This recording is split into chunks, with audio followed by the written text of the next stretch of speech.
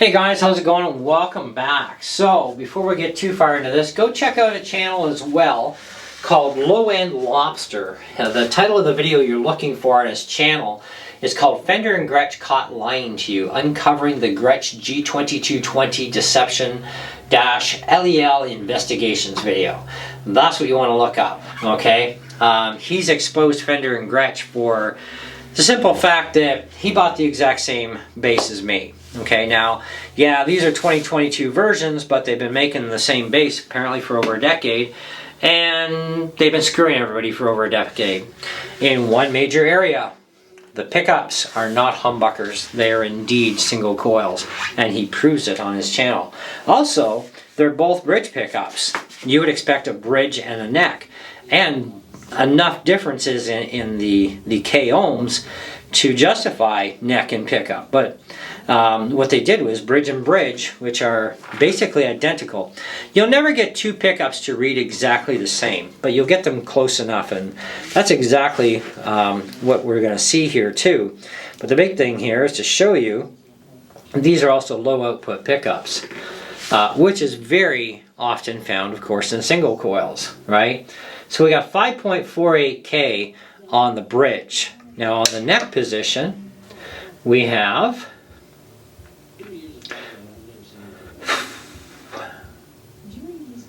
5.51. So 48, 49, 5, 5.1. Only like 0.4 difference, which is like nothing. Okay, so they are the same pickup. Okay, bottom line, they are the same pickup. The middle position, of course, always cuts things in half. So let me just get that set up for you. Now, I know some of you want to see the middle position.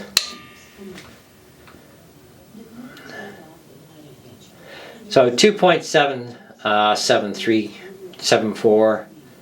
So 2.774K on the middle position, and back to the bridge.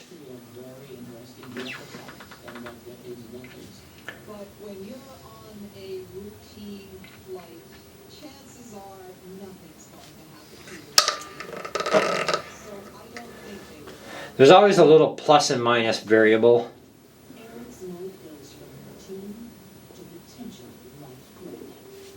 And that's what we're sitting at.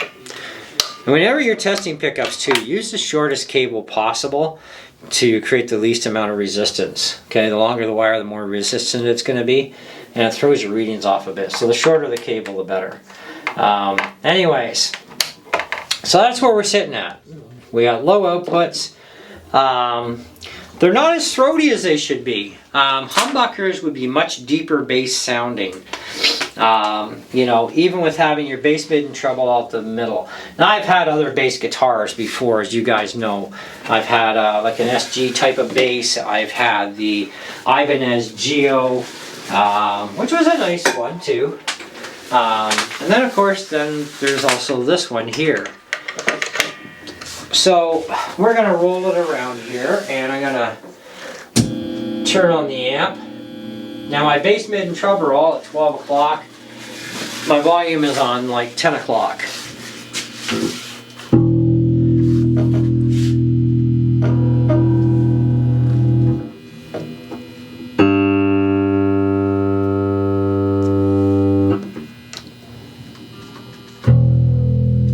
That's a lot more thud, because two singles will kind of act like a humbucker.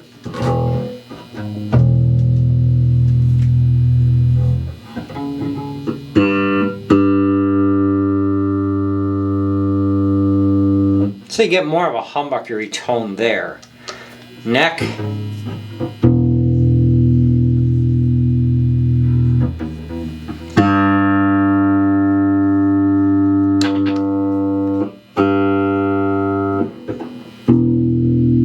Now I expect to be a little bit more bass in the middle, and I expect more bass on the neck, obviously, because you're going to get more treble from a bridge position.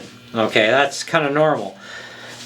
But even with what I do get for the amount of bass, I should be getting a little bit more than that if these were humbuckers. Now, there's nothing wrong with single coil pickups in a bass. It's common to have them.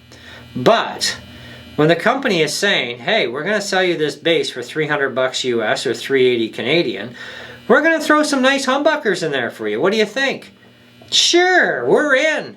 And that's the big selling point, is humbuckers. Because, you know what, I'll be honest, humbuckers are definitely way better than single coil any day of the week. Alright? Now, that's my opinion, of course, and the opinion of many others. And some people, our opinions vary, and that's fine. We're all entitled, and we all have our taste. But I expect that, you know, I have humbuckers. Also, you can tell, too, with humbucker pickups, you're going to have a lot less to virtually almost no noise. Now, this cat here, he actually went through and, you know, okay, so there's no shielding, maybe that's a problem. Now, I personally don't believe in shielding. I think it's just a bogus marketing thing, to be honest. I get a laugh out of every time I see somebody pull a Strat apart, put 10 miles worth of friggin' copper or tin plating in there and call it shielding, and it really doesn't do anything for you. But, you know, hey, that's my opinion, right? And we all have our opinions and thoughts on that stuff. Same idea as tone wood. Anyhow, so although the guitar sounds good and it plays fantastic and it is a quality built instrument, it doesn't have what we've been paying for a decade now, okay, with this guitar. It doesn't have the humbucking pickups. Now, fraud is fraud, and fraud is a criminal offense, right? Anybody who's committed fraud ought to know that. You can go to jail for it, right? Well, big corporations, who are you going to throw in jail? The CEO? He doesn't know what his departments are doing. He just collects a really huge paycheck, right? But either way, he's still responsible for the company, for the reputation of the company, making sure quality control is up to snuff. I mean, there's a lot to a CEO's position. So the CEO should be held accountable as well. I totally agree there. But Fender and Gretsch now need to be held accountable for over a decade of fraud, because they've always said that these were humbuckers, right? And right now on the Gretsch website, in several spots, you'll see that they say that these are mini humbuckers.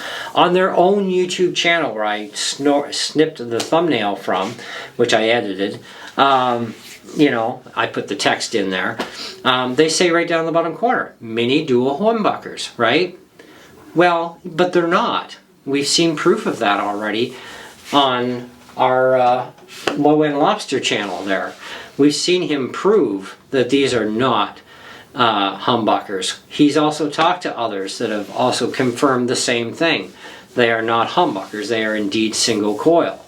Okay? And so it's kind of like, this is really frustrating because I'm not taking my bass back, but I am going to fight for my humbuckers with Fender and Gretsch.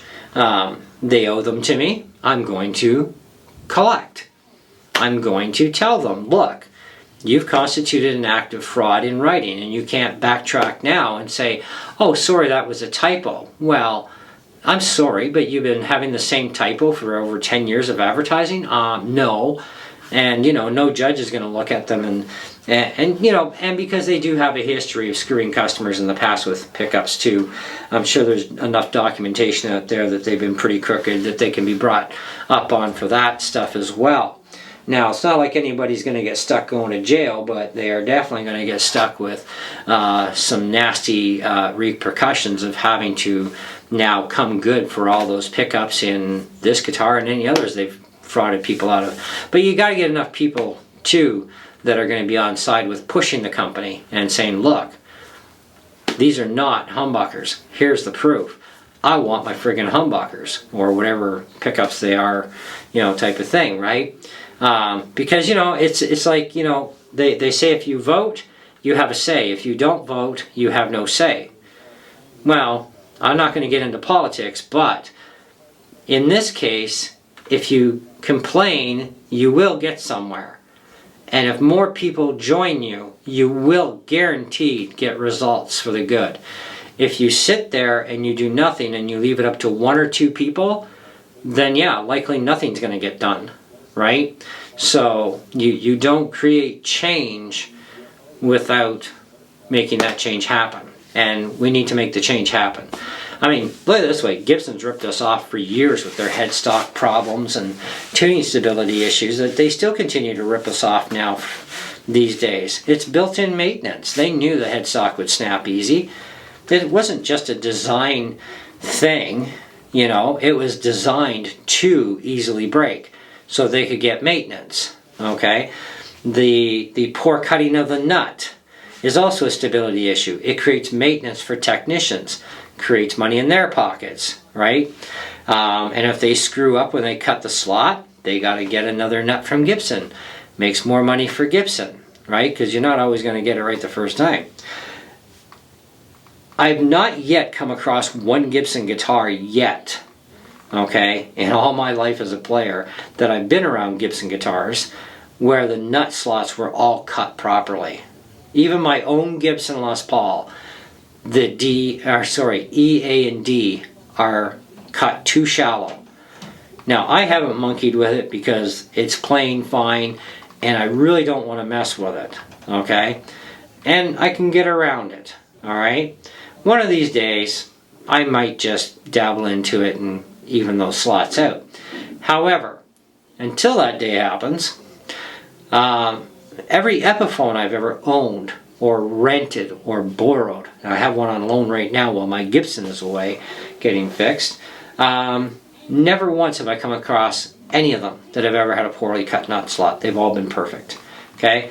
Same as my Kramer guitars. My slots are all cut great. You know, well, I don't have any to worry about on my Pacer because it's a Floyd. But I've got my Kramer Beretta Special and I've got my 211S and they're cut fine. There's nothing wrong with them. My Jackson is fine. My Series A guitar, which is like pushing 40 years old, still got the original nut. Well, the entire guitar is 100% original, like literally, except for the strings. I changed those. But you know, the guitar has the original pots, original switches, everything. Okay? But the guitar was built right. You know what I mean? So, even my Epiphone acoustic, my J200, the nut is perfect. Yet the Gibson version of that freaking guitar, the nut sucks. Gibson can't cut nuts right for some reason. I don't know why. Okay? Now we got Fender and Gretsch here. Right? And it's like... And Fender's had a lot of issues with Mexican Strats in the last couple of years. I tried to buy a Mexican white telly, and it was so bad. Nobody could set that thing up. Okay? Even our pro techs could not set it up. So Fender sends us another brand new one. Right? Nope, can't set that one up either. Well, you know, it all boils down to somebody wasn't on the ball in the CNC machine and they cut the pocket wrong. You know, it's wrong depth. It's no wonder it can't be set up, you know. So anyways, don't know whatever happened with that, but the Americans, the ones that were shipped to them from Mexico, seemed to be fine somehow. But our ones that came to Canada from Mexico, they seem to suck, okay? Even in the right-handed versions, I found some of them very poorly done. But so I guess maybe a few good ones left the factory and they went to the US instead of Canada. I don't know. But anyways, Fender's been having a lot of production issues in the last number of years. You know, it's not, you can't blame it on the pandemic either because that's no excuse, and this stuff was happening pre-pandemic anyway, so definitely no excuse there. But anyway, yeah, so we need to definitely take this to task and try and get something done. So share this video, check out his, share both our videos all over all your social medias. I know I'm going to share mine over my social medias as well. Plus, like I said, I'm going to get a hold of Fender and Gretsch tomorrow myself and jump down their neck on this one, because now that I know I actually have single coils and yet I paid for humbuckers, I'm ticked, you know. So this kid is not in a very good mood right now. Anyways, wish it would have been a cheerier video, but maybe the next one for sure. Definitely. We'll make sure the next video is a good cheery video for you guys. Until next time though, thanks so much for watching and catch you later.